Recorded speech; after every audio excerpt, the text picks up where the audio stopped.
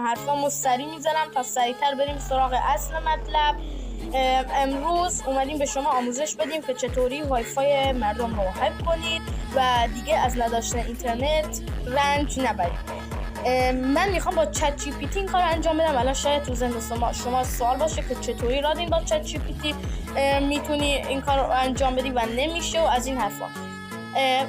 اما من این کار رو انجام میدم. ویدیو رو کات میکنم و میریم سراغ اصل من.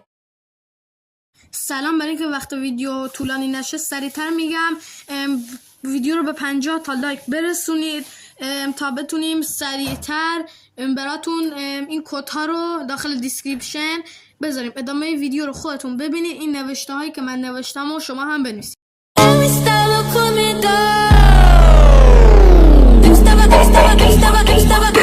Estaba